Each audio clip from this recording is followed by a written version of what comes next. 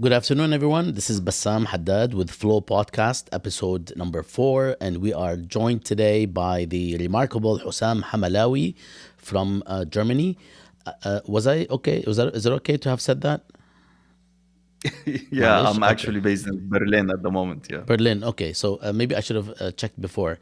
And we are very much looking forward to this conversation. I have known Hussam for many, many years.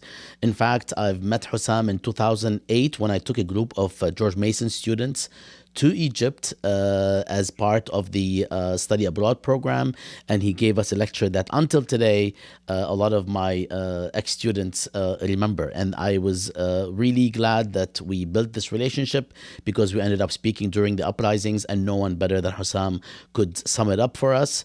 And here we are, about 12 years later, actually almost exactly 12 years later, speaking with him about the Egyptian revolution. It's a retrospective about the early years, but we will cover almost everything.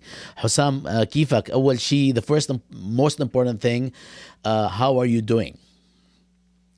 أهلا Bassam. It's always a pleasure to talk to you. And I'm really proud of our friendship that dates back to so many years.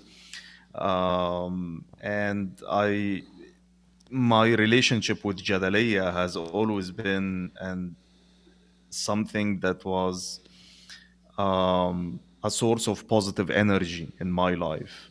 It was a collective full of very supportive and progressive people who have always extended their hands and their solidarity to Egyptian activists before and during and after the uprising. I'm good, alhamdulillah. I'm in Berlin at the moment. Obviously, I cannot go back home because I'm wanted back home, and You maybe wanted this as is in your something that wanted يعني as in desired? I wish. I mean, but I am wanted by the pigs at the moment, so I don't think that I can go back anytime soon. Well, you're safe now, and you're safe with us. So I'm very happy that you are able to join. Let me just say that Hussam is an Egyptian journalist and activist who was involved in the 2011 revolution. He is currently based in Berlin, where he's doing his PhD on the Egyptian security services role in the counter-revolution, which is very much part of what we are going to be discussing. Before we get into all of this, let me just ask you to just tell us, those of us who are trying to follow Egypt, and I say trying to follow what's happening in Egypt, I mean, so much of what is going on right now in Egypt is not sort of universal or generic news. There's very little. If you search The Economist, BBC, even Al Jazeera, if you search anywhere for news on Egypt, you get maybe some reports, but there's so little that we hear. At the same time that I know, because of my networks and because we teach, on these important countries, we know so much is happening on the ground. So can you just start by telling us, where are we right now? What is happening today? And maybe like shed light on anything that you'd like to point out or highlight, including the question of debt and international financial institutions, or the issue of the new city. Anything that will just get us to grapple with what is being talked about inside Egypt, at least. Um, in terms of what's going on the ground, there isn't much going on the ground compared to previous times when you and I used to have those interviews. But um, I'm optimistic, and this is something that we will talk about for sure during this discussion, that the situation is going to change foreseeable future. But for your viewers and for your followers, whom I think most have been following Egypt and Middle East in general, but let me just give a quick summary of the past 10 years. Following the uprising in 2011, the military staged a counter-revolution which climaxed with the coup that happened in July 2013 in Egypt, What followed the coup was not a restoration of the pre-2011 authoritarianism of Hosni Mubarak or even Nasser, because some people like to make these comparisons between Sisi and the nature of his military regime and Nasser's. But actually, they are completely different. And this is not necessarily in defense of Nasser. What ensued after 2013 were literally the biggest massacres in Egypt's modern history, where the state forces, mainly the military and the police, cracked down on first the supporters of Muhammad Morsi.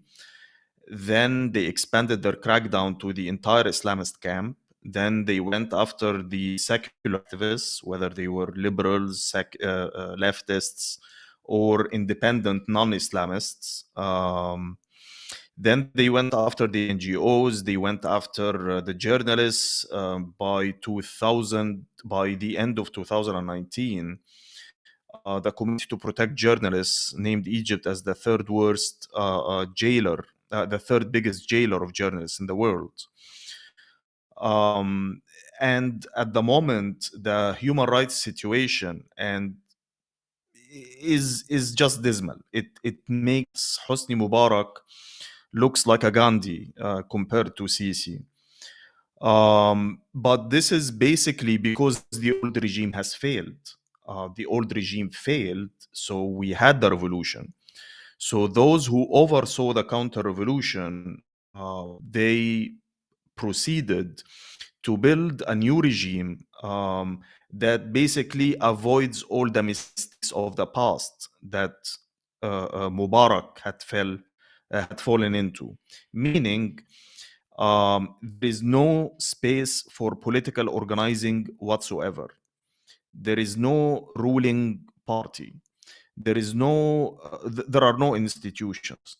Parliament is a joke, and everyone understands it's a joke. The cabinet that we have in Egypt, the prime minister cabinet, I mean, no one really knows their names, and because the system is being run by Sisi personally and a group of army generals that he installed in every department of rule. So we are being ruled by a heavily militarized regime that is not friendly to any social class in each society, including the traditional bourgeoisie, who see the army as competition, and some of them have fallen victim to the army extortion schemes, and others have complained publicly, like Naguib Sawiris, for example, the Egyptian Rockefeller, about how the army is meddling in the civilian economic affairs. So, what is the situation on the ground? The situation on the ground is as follows. 2012, just 1 year before the coup, the number of strikes that happened in 2012 alone, according to an unofficial count by the Egyptian Center for Economic and Social Rights, which is, excuse me, which is a Cairo-based labor rights NGO. They estimated that the number of strikes in 2012 equal to the total number of strikes that happened in Egypt in the entire decade before the revolution, from 2000 till 2010. Now, in the 6 months of 2013, in the first 6 months, just prior to the 30th of June and the coup that ensued, the number of strikes that Egypt witnessed and social protests in those 6 months were even bigger than those in 2012. The exact figures, you can get it from the site of the Egyptian Center for Economic and Social Rights. As soon as the coup happened, and the brutality of the coup, and what seemed for everyone as an insane, inexplicable shedding of blood, this was the only way that the generals could pacify the country, because the amount of bloodshed that happened in targeting the Islamists during the initial months of the coup was a signal to the working class that you cannot protest any longer, you cannot strike longer. It was a message to the public that civic space and public space in Egypt have been nationalized, securitized, and militarized. You do not have even a slight margin to start organizing. And what's even more dangerous, Bassam, and this is something that the Sisi regime is very different from the previous regimes, is that the civil society in the Gramscian sense, when people use the term civil society, they usually mean NGOs, but civil society, as Gramsci spoke of, is basically all of these political institutions that exist as a buffer between the state and society. These would include political parties, networks, would include trade unions. The entire civil society in Egypt has been smashed by the coup and by the Sisi regime. And the state is literally micromanaging the population on a daily basis via the security services. So you have Officer Fulan is in charge of the railways. Officer Alan is in charge of the telecommunication. This and that, this and that. It's all officers, whether officially as ministers and appointed as ministers, or unofficially as advisors. But everyone knows at the end of the day who's calling the shots. So, in this atmosphere, the industrial actions plummeted and almost disappeared. Social protests were crushed. All of the youth organizations have been crushed. You have two or three now generations of Egyptians who had never participated in a protest, who never distributed a leaflet on their university campus, who never took part in an electoral campaign, who never mobilized for a protest in their local neighborhoods. Sisi has desertified completely the political scene in Egypt and destroyed all the organizations. So this means that on occasions you can get spontaneous protests like what happened in 2019 and 2020, that was infamously called, the Muhammad Ali protests that were instigated by this Egyptian contractor abroad, who exposed a lot of the corruption of the Sisi family and the generals. Now, there is potential, like protests happen, but they can never be sustained because there are no organizations. The trade unions have been crushed, the political parties have been crushed, the political organizations that did not consider themselves parties, whether it's the 6th of April or the Revolutionary Socialists and the others, we have all been crushed by the counter-revolution. So this means that it is very difficult build on those spontaneous protests, or to escalate them, or to spread them, or to connect them from one place to the other. Hence, they did not last more than a couple of days. Now, with the economic crisis hitting the country and the continuous devaluation of the Egyptian pound and the rising prices and the inflation, and with all the catastrophes that has been happening, largely due to the mismanagement of the economy by the military and Sisi, things will start to change in the future. Why? Excuse me. um, Simply, Sisi could coerce the public and control them because he managed to unify the security apparatus in Egypt. which had originally been built to coup-proof the regime. So it was fragmented. The army and the police and the general intelligence service were always competing with one another. There was hardly any coordination between them.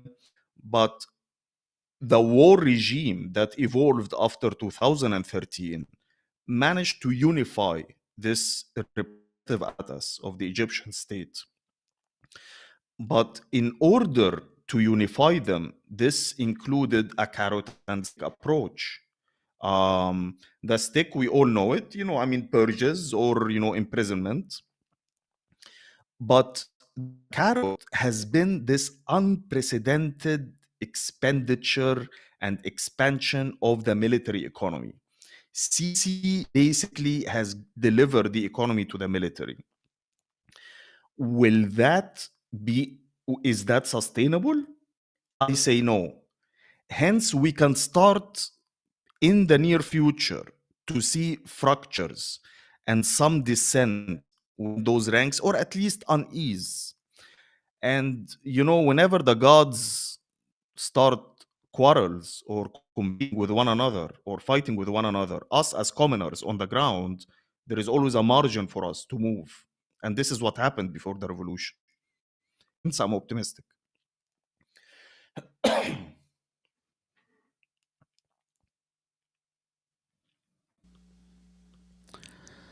Thank you, Hossam. I keep failing to remember not to say thank you. I've been told I shouldn't say thank you when people finish talking, but I don't know why. It's my mom's fault. Um, that's a lot, and I would love to break this down even further, and I would love to get back into a discussion that is much more systematic about the recent developments in Egypt, including, of course, after the uprising and after even the 2013 coup and after all of that, but more importantly, about what kind of future can we look for in terms of the rejuvenation of of dissent on a mass scale, in terms of the perhaps questions of equity that are important in Egypt, always important everywhere, definitely in Egypt, and how these fare in relation to the idea of the new city, which is, of course, a very interesting topic. But as we do all of this, I would like to ask. Well, I'll be telling myself. I'm not asking anyone to actually take a bit of a break to just breathe. And I will be featuring our logo for Flow Podcast, which I don't do in the very beginning because the motto of this show is also to go against the grain, against the algorithm of YouTube. And we'll see what's going to happen. Let me also say that this event is also co-sponsored by the Middle East and Islamic Studies program at George Mason, the Shar School at George Mason, and the Arab Studies Institute.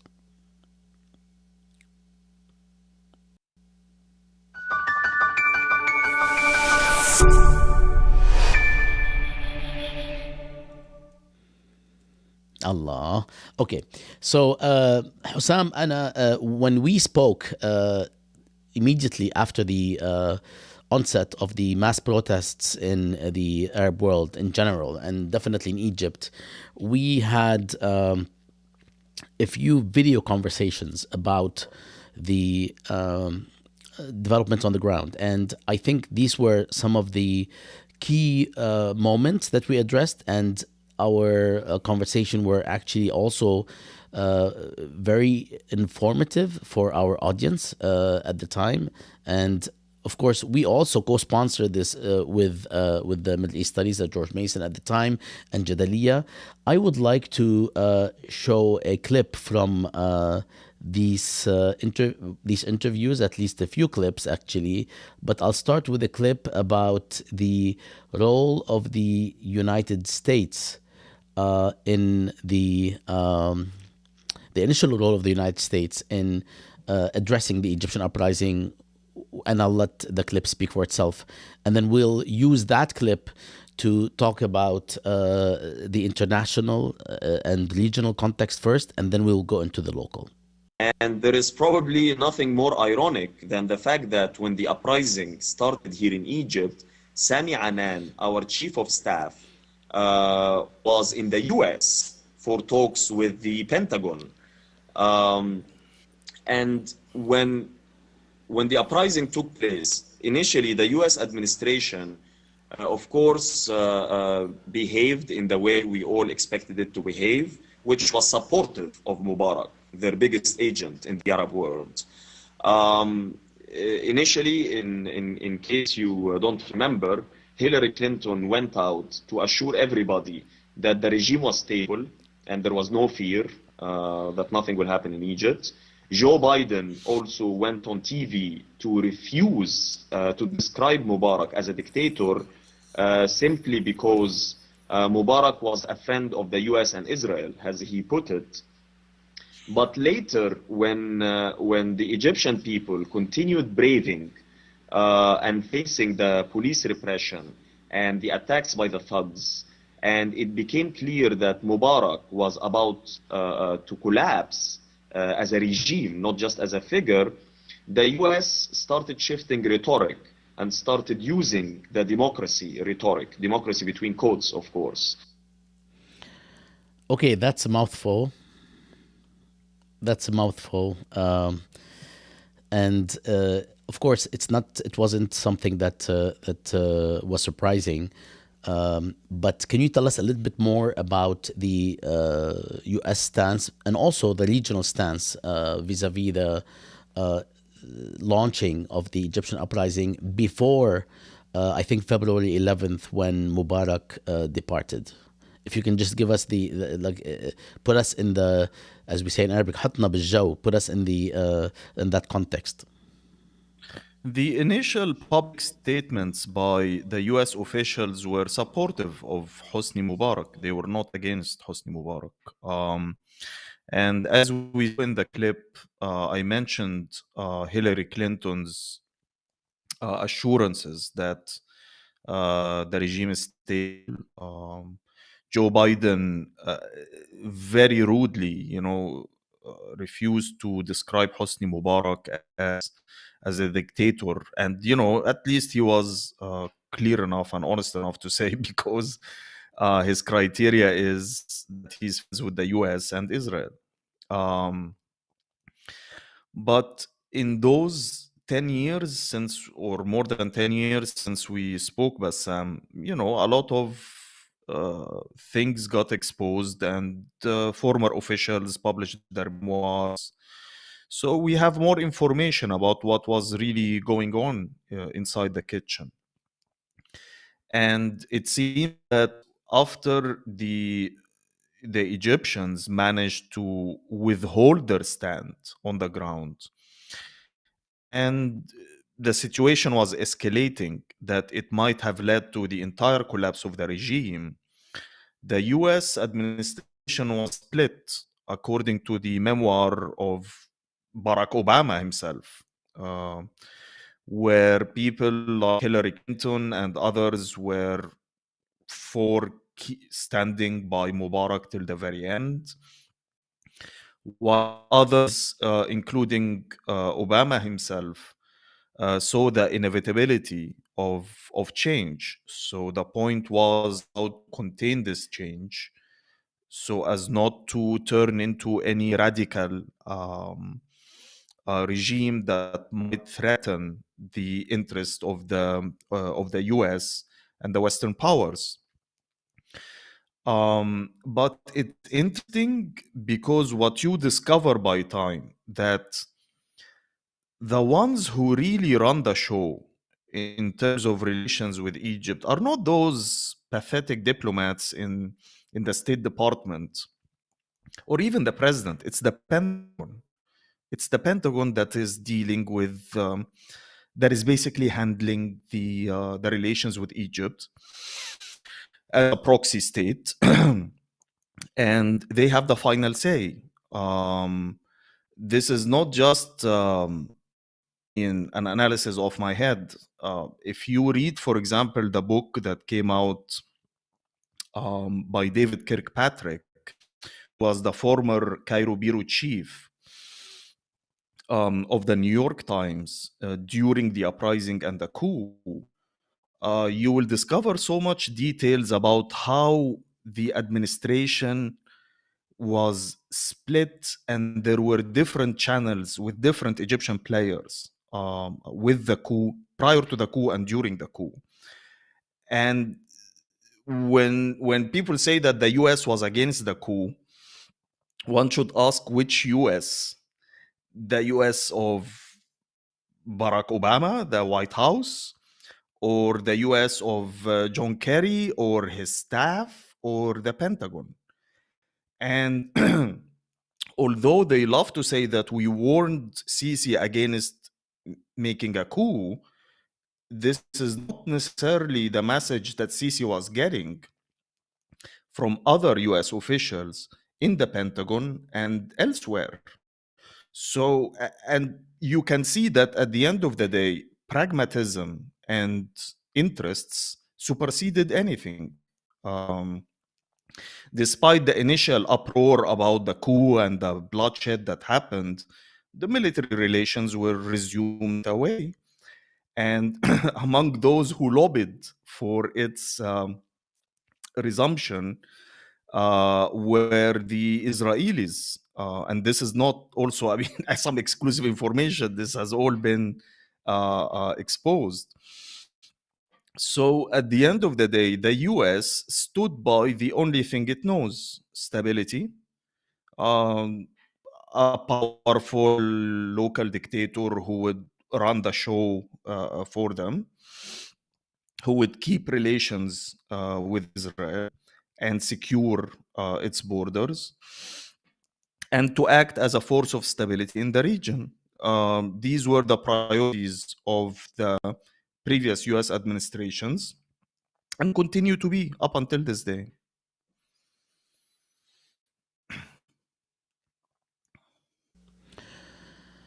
What about the regional players? Who was supportive and who wasn't? Revolutions spread by the domino effect.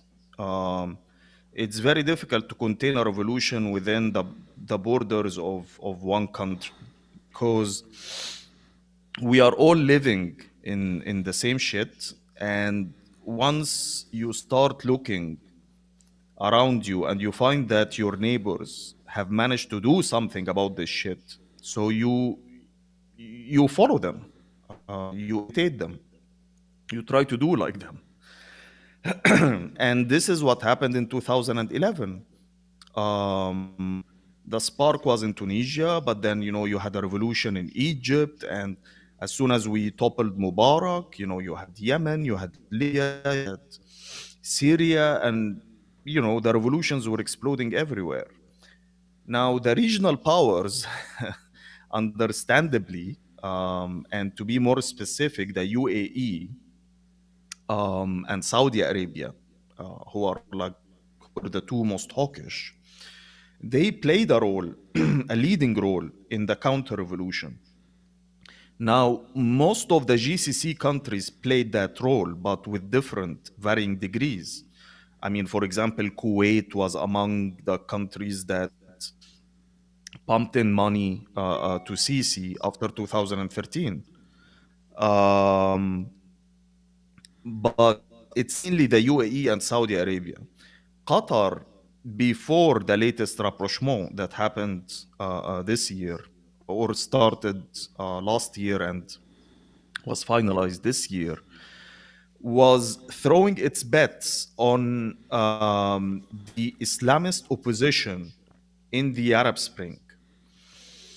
So, for example, people like the Muslim Brotherhood in Egypt or their counterparts in Syria, the Qataris were trying to play a geopolitical role by endorsing those currents and those movements. But up till an extent, I mean, game over now. So after 2013, I mean, as it got really clear, the army was more than happy to leave its comfort zone and intervene in politics and stage this coup, risking a diplomatic backlash and risking a possibility of the severing of military and economic aid from some of the Western powers. They were happy to do this because they knew that they were going to get money from the Gulf. So, in any future revolutionary change in the region, in the same way that we look at the heads of the snakes, people or like the governments of the US, the Israeli government, actually Saudi Arabia and the UAE should be on the top of our list, because they are the ones who do intervene directly, firsthand, in squashing those revolutions. And although we expected this already, um, but we were always hopeful that the Egyptian revolution would be exported to those countries, where Tahrir would be exported to those countries, where protests could bring about maybe a more democratic regimes in those countries. And because victories, they spread by the domino effect, and defeats also spread by the domino effect. All right, let's go to another clip from way back when, from 2011, about the original support within Egypt for the uprising. Now we're going to the domestic setting, and it's the clips are basically just clips that I selected, but I'd like you to say more about who inside Egypt supported the uprising, and then the next clip will actually look at the counter revolution, right? That you in the interview suggested that business people or some business people and regime officials financed that counter revolution, including Waqi'at al-Jamal, the Jamal incident, and so on. And then we will go to the workers. But let's start first with this clip of support, and maybe if you can say a couple of things about the army, because the interviews that we conducted, the first one was about the role of the army. So, but let's have this clip start our discussion on social support and the army's role. طيب كل الطبقات الاجتماعية في مصر شاركت في الانتفاضة في مراحلها الأولى، لأن نظام حسني مبارك نجح في خلق حالة اغتراب بينه وما بين كل الطبقات الاجتماعية بلا استثناء، حتى النخبة المصرية، يعني فيما عدا حالة ضيقة جدا من رجال الأعمال حوالين حسني مبارك، لكن حتى الغالبية النخبة المصرية أبدت ارتياحها بعد تنحيه. So, yeah, if you can just share with us a bit more about this point, and if you can translate it for us. In the uprising, in the initial stage of the Egyptian uprising, and this is the case with almost universally with all revolutions, you get a wide alliance of a spectrum of social groups taking part. But then as it proceeds, the revolutionary process starts filtering out those groups. In Tahrir, during the 18 days, we had sons and daughters of millionaires who were there. I mean, I personally knew like some of the sons and daughters of some of the elite families in Egypt, some sons and daughters of army officers, of like senior police officers. So it wasn't this classic picture that you would think of, like a revolution in a global south country that would be led by somehow the urban poor in the beginning. No, it was a white class alliance. And the media, and especially the Western media, capitalized on this, together with the media also in Egypt, to present the Egyptian revolutionary as a bilingual, educated, upper middle class, dressed well, has a BlackBerry, has a Twitter account, internet savvy. So anyone that did not fit the stereotype was labeled a thug, baltagi. Hence, any crackdowns of class nature was always framed within this criminality that has been constructed around anyone who did not fit the stereotype. And we went through like severe debates in Egypt during the first year over this issue in specific. But as soon as Mubarak was toppled after the 18 days, you obviously had the upper elites, the upper class elites, telling everyone, accomplished. Now go back to work, go back to your jobs, sweat harder, work to build Egypt. And there was all of this nationalist, patriotic discourse that was championed by the Egyptian media, which was controlled by these businessmen. But this discourse also touched chords with the Egyptian middle class, whom large sections of them were terrified during those 18 days because they had to take part in the Ligan al-Sha'biyya and stand in the popular committees and stand night, to protect their neighborhood. They were hearing all of this propaganda, that was being spread by the army about how rapists are gonna attack the neighborhoods and rape all women, together with criminal thugs who will attack people inside flats. And the military was whipping up this paranoia via the mainstream media at the time. So the support was not really that large in those social groups by time. It got filtered by time.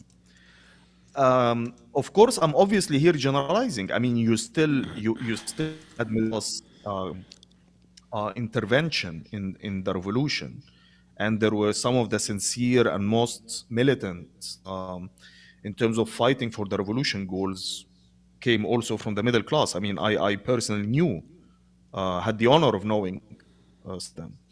But here I'm talking about the class dynamics in general of the Egyptian revolution.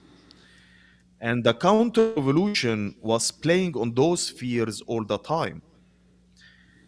Um, Fears that the Islamists are gonna turn Egypt into Afghanistan, they're gonna turn you into some new Iran, they're gonna impose the veil on everyone, they're gonna introduce a draconian Sharia code to the law. I mean, this was being used and whipped up all the time to scare the secular middle class in Egypt. And such secular middle class played a central role in the mobilizations of the 30th of June 2013 that basically paved the road to the coup that happened on the 3rd of July. But let's talk here about like the social classes which really took it to the end. You had industrial workers and the service workers in Egypt who in effect were the silver bullet that brought down Mubarak in the last week of the 18-day uprising. But as soon as Mubarak fell, and while middle class activists and those internet savvy activists like Wa'il Ghunaim and the others were calling on the Egyptians to go back to work, start building your own country, blah, blah, blah, blah, blah, the workers were only starting to mobilize. You had wave after wave after wave after wave of strikes, mass strikes, literally in all these sectors, Egyptian economy, that were attacked by the liberals and the Islamists alike. The Islamists saw this as as an attempt to sabotage the revolution and to sabotage the prospects of having a successful Morsi administration. So they labeled the strikers as counter-revolutionaries. And the liberals, one of the first things that, Amr Hamzawi, who is like the icon of Egyptian liberalism, has called for, or called for after Mubarak was toppled, was to form delegations of the revolutionary youth and send them to the factories to convince the workers to suspend their strikes. And in the midst of all of this, smaller leftist revolutionary forces like us, the revolutionary socialists and others, we were not big enough to provide leadership for these mass strikes. We did have industrial presence, for sure. We had presence among the civil servants, for sure. We played a heroic role that I'm very proud of in leading some of the strikes in some of the important mills and factories in Egypt. But we could not provide, were not big enough to provide leadership for the whole class.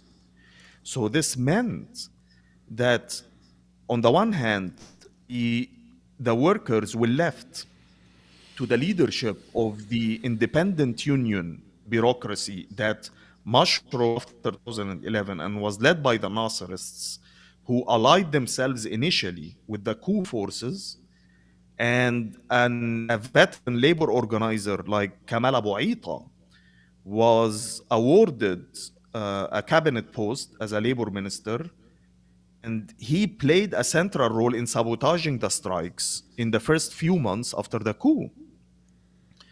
So in terms of support, going back to your question, there was wide initial support, and this support kept filtering after a while. I will move to another short video. It's about the business and state sectors having financed the counter-revolution in Egypt, starting with or including the al-Jamal incident, the camel incident. So I'll just play that, and then if you can comment on that as well as on the more, because you already suggested some more on the counter-revolution and the role of business in particular in trying to subvert the protests. Would not have been able to achieve their monopoly over certain sectors of the economy if it wasn't for the political backing of the Mubarak's dictatorship and Mubarak himself personally. And of course, those people, they used whatever means they had in order to convince Mubarak to stay, in order to provide whatever they could do in order to support the counter-revolution. It was NDP businessmen and local parliamentarians who mobilized the thugs, for example, in that infamous incident of the so-called the Battle of the Camel. And that's when the thugs mounting camels and horses stormed Tahrir Square in the beginning of February, following the president's speech, attacking us with swords, with knives, with live ammunition, trying to terrorize us away. It was local businessmen affiliated with the NDP who were also financing those groups of thugs who were roaming around with knives and machetes in some of the urban poor areas, trying to terrorize the people.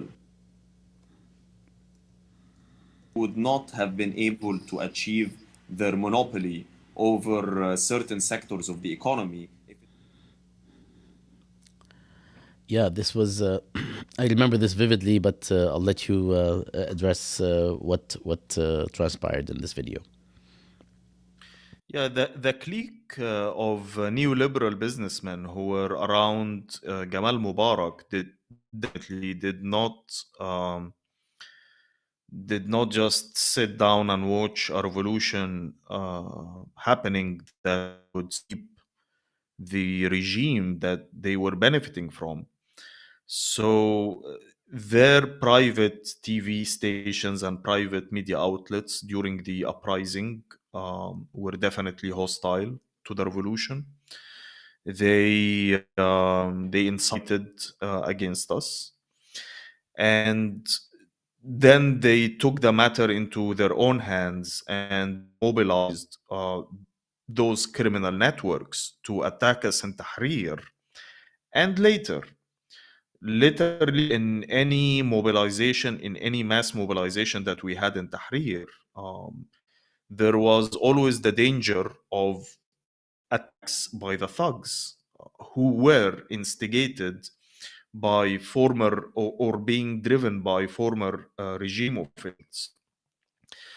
During the 30th of June 2013 mobilizations, the Egyptian businessmen also played a role in distributing the Tamarrud's statements, in inciting against the Muslim Brotherhood in their private media channels and newspapers, in polishing up Sisi and the army. And initially, they thought, or they were very optimistic, that the coup would restore the old order, at which they sat on its top. But actually, I don't think that what transcribed after um, 2013 was so much to their favor. Um, Definitely, some of those business tycoons survived and they are collaborating with the new regime, but not all of them. And the army moved into the sectors that they previously monopolized, those businessmen, and they squeezed them out. And they still mobilize, the army also moved some of the corruption charges against them in an effort to extort some money out of them.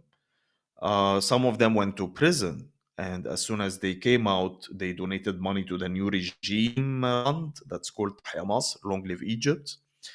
And they held deals with the الرقابة الإدارية, which is basically the corruption watchdog that the state uses in order to target specific officials over any unruly behavior or any rogue behavior to bring them back in line. So الرقابة الإدارية was used in order to tame them and to make deals with them by which they paid money to the state so as to let them resume business as they are. The ruling elite now in Egypt are the army officers. This is the new ruling class in Egypt. Previously, some of the generals were part of the ruling class. Now they are the ruling class. On their side wings, they have repressive apparatus officials, like in the Interior Ministry or the General Intelligence Service, المخابرات العامة, and some businessmen. But the core group of the Egyptian ruling class at the moment are the army officers.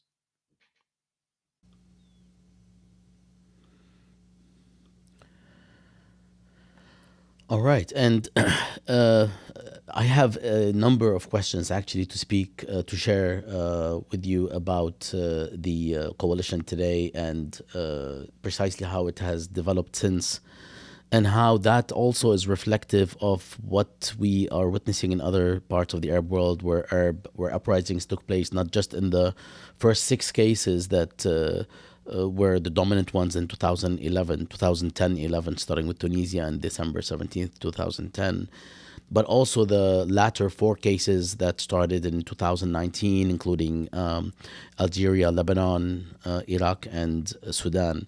So, but I'll reserve this for another call. I know we talked about an hour, so we're getting up on the hour.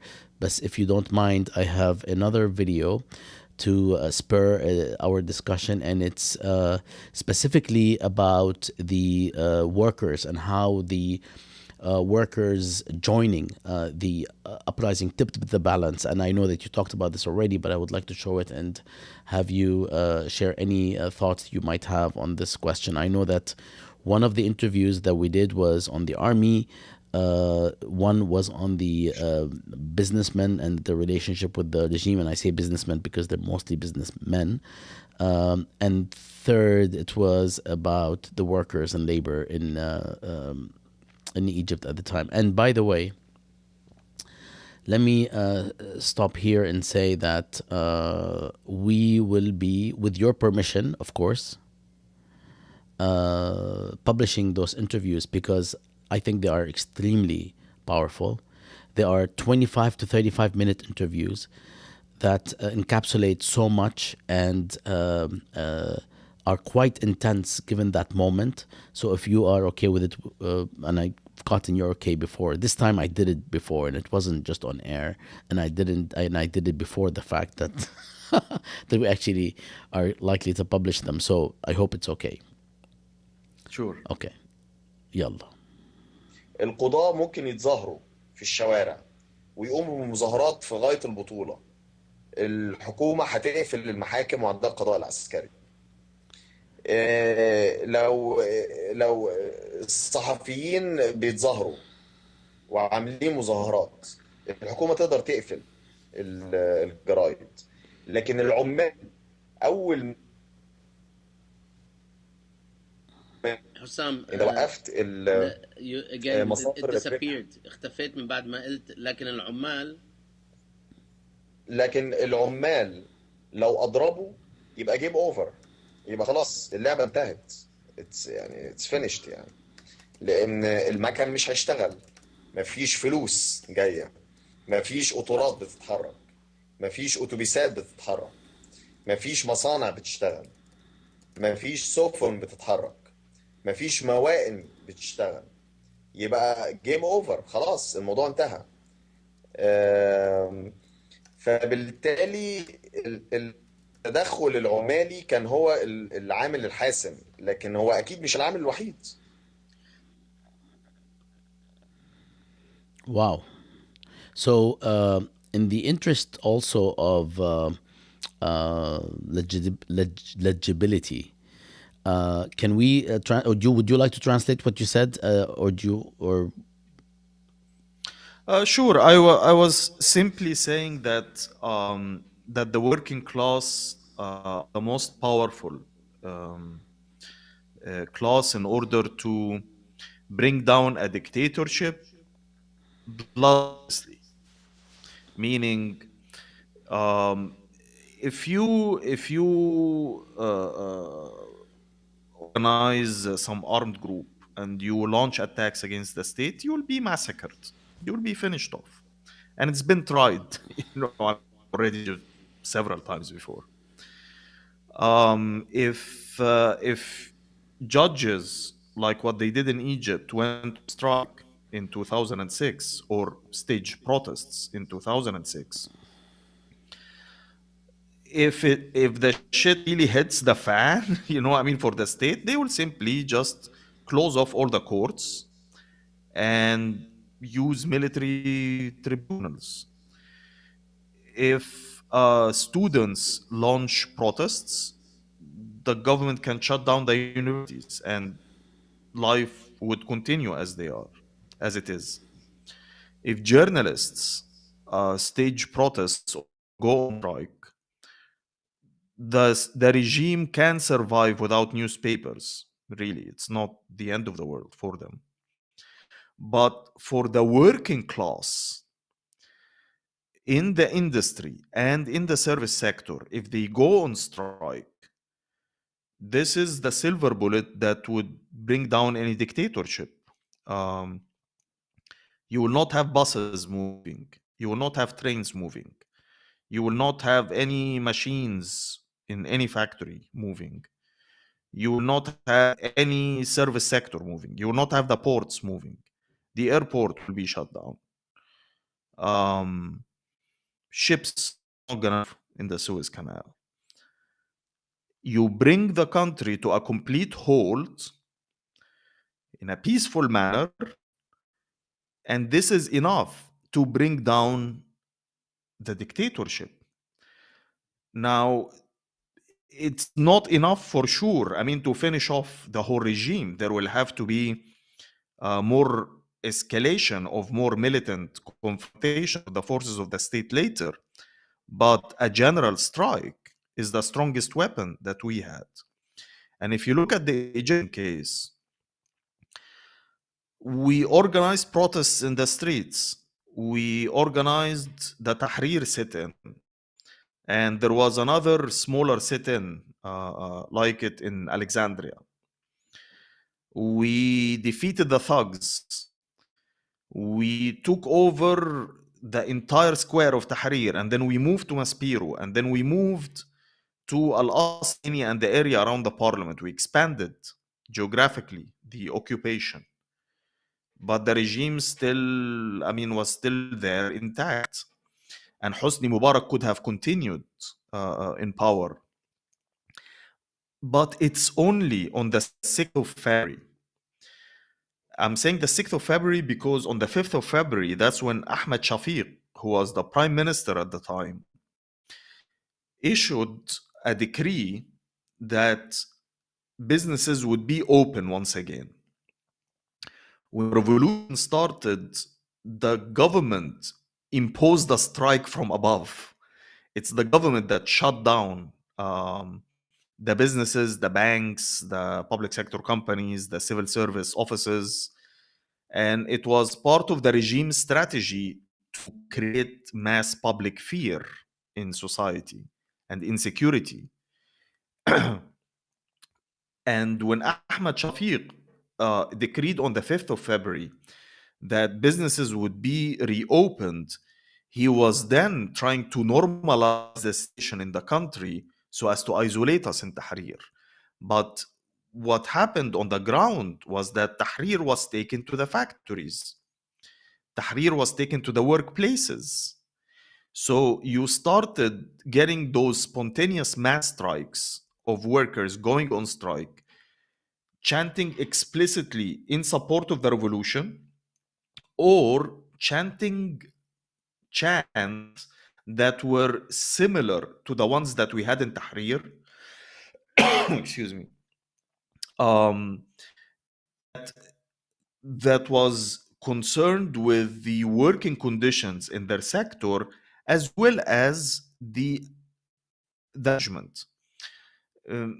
What most people didn't realize at the time, that those mass strikes, they were largely targeted against the managers who were connected with the regime, who were members of the ruling National Democratic Party, who were affiliated with the security services.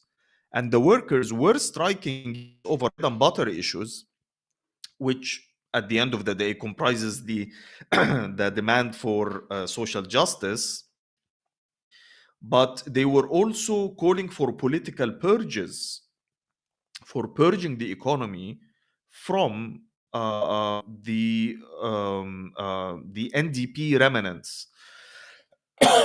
Hence, the strikes were in effect the silver bullet. Without those strikes that happened in the last week of the 18 days, I honestly don't know how will this would have unfolded. Mubarak could have lost it till September, as he initially compromised over. Or he could have bought time in order to crush the revolution, like what happened in other countries. So if it wasn't for those mass strikes, I think this revolution would have been finished off much, much, much earlier.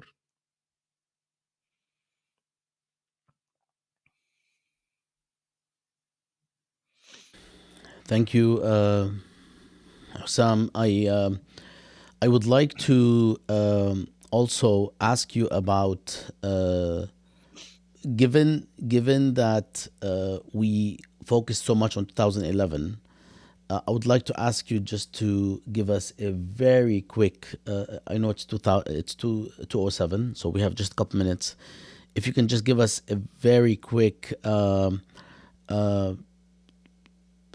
rundown of what was going on right after the uprising and right before the election of in which the Muslim Brotherhood won, and how the state was mobilizing their own candidate. And I remember talking with you at the time, and I don't think we recorded an interview, and we were talking about the predicament that many Egyptians were in, especially those who were not excited about the Muslim Brotherhood alternative, but also were even less excited about a regime's man being fronted. We will close with that because maybe that will be like the link between this conversation and the next conversation, which will be more systematically about the 2012-13 events up to now, sort of like a more systematic update. But if you can tell us about that moment in which people were not sure what to do, but I think from what I remember, you were. I mean, at least you had a Um, formula. I mean, after Mubarak's ouster, or like just the way we toppled Mubarak was through a wide alliance where secular and Islamist activists were collaborating and working with one another, shoulder to shoulder, in Tahrir Square, and brought down the regime, or we brought down the head of the regime. But as soon as Mubarak was gone, SCAF, which is an acronym for the Supreme Council of the Armed Forces, were in power, they tried to defuse the revolution initially by an alliance with the Islamists, in addition to a series of crackdowns on protesters in Tahrir and elsewhere. That included serious bloodshed and patiently rehabilitating the police force so as to return once again as monstrous as they were prior to the revolt. The military, and that's what I'm always arguing, did not want to rule directly initially. The military was comfortable with its role as ruling but not governing, like what Stephen Cook, and a US pundit, always says, um, where they run the system, but at the same time, they are not in the front seat. You have civil politicians doing their own thing, while the military are the real, power in the background. But the Islamists failed to pacify the country. The generals were counting on the Islamists. They were their only viable option at the time because they were the most organized. They had the widest networks of support geographically across the country, the Muslim Brotherhood and the Salafis, the two of them. So they were hoping that those Islamists could pacify the country. What happened was the contrary, actually. Um, on the one hand, the Islamists are part of a multi-class movement. So this means that their base cadres on so many occasions were taking part in the confrontations with the military, taking part in the mass strikes, contrary to the directives that were coming from the leaders. That's on the one hand. And on the other hand, you had secular forces in society, secular groups in society, being so afraid that somehow another Afghanistan is going to take place. That's what everyone was saying at the time. And among them were also sections of the Coptic Christian community in Egypt who had very legitimate concerns about the Muslim Brotherhood at the time. And it's those sections of society that decided eventually to throw its weight behind the counter-revolutionary candidate at the time, Ahmed Shafiq, in 2012. He had this wide alliance of Islamophobic secularists, Copts, businessmen from the elite, army generals, people from the security services, and sections of the scared Egyptian middle class who thought that we are going to turn into some Afghanistan sometime soon. And it's those that provided the foot soldiers for his campaign. But he failed. At the end, many Egyptians voted for Muhammad Morsi, not necessarily because he's an Islamist, not necessarily because he's a Muslim Brotherhood. He was closest thing to the revolution that they could vote for, even with problems, unlike this other guy, Ahmed Shafi, who was running on a platform that he's gonna apply law and order and hang criminals and revolutionaries in public squares. I mean, there were like lunatic statements at the time like this. So this is basically was the situation just in 2011, 2012. And I hope that we can expand more on it in our next call. That would be great, actually. Before we break, I'm obliged by our sponsors to play the intro logo. I'm joking. We have no sponsors. I just wanted to see how it feels like to say we're like obligated to do this. You know what? I'll play it anyway. Yalla, we'll take a breather. Okay.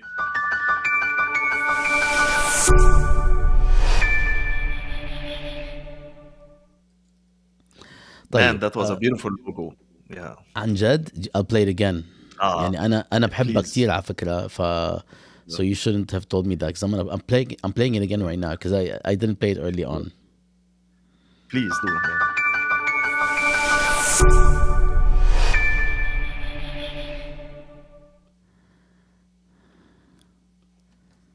I did it myself. Allah. Yes. إذا بدك أنا بعمل لك. I know how to do them now. Please send me I would like to keep the video file. Yeah. طيب.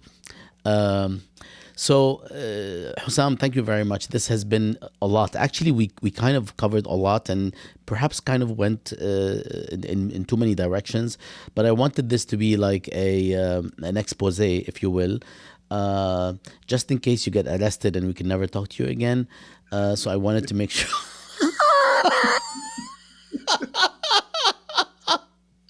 يعني if you notice, I did not address the 2013 أحداث 2013 in July.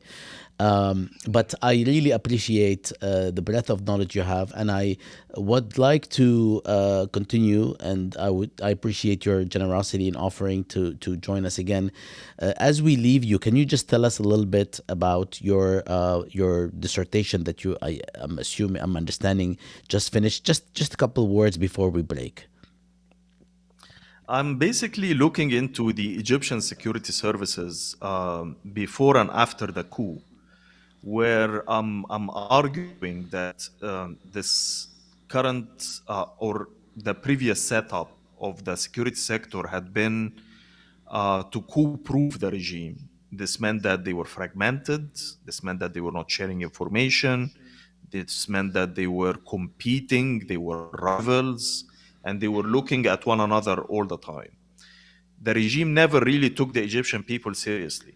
Yes, they knew that riots could happen here and there, some protests happen here and there, but they never took us seriously. Until 2011, this was a wake-up call for them. So my dissertation is looking into how this sector was transformed after 2013 to get unified, to coordinate, to do a redivision of labor, to exchange information. So I'm basically trying to map those structural changes. What a concise, it's almost like you've written the whole thing. What a concise summary. Thank you so much for that. And I really look forward to reading it. And I know that many people are as well.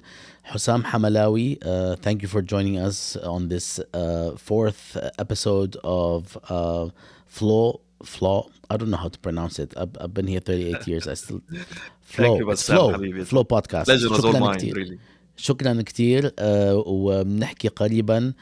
Stay safe and we'll see you soon. سلام. Salam.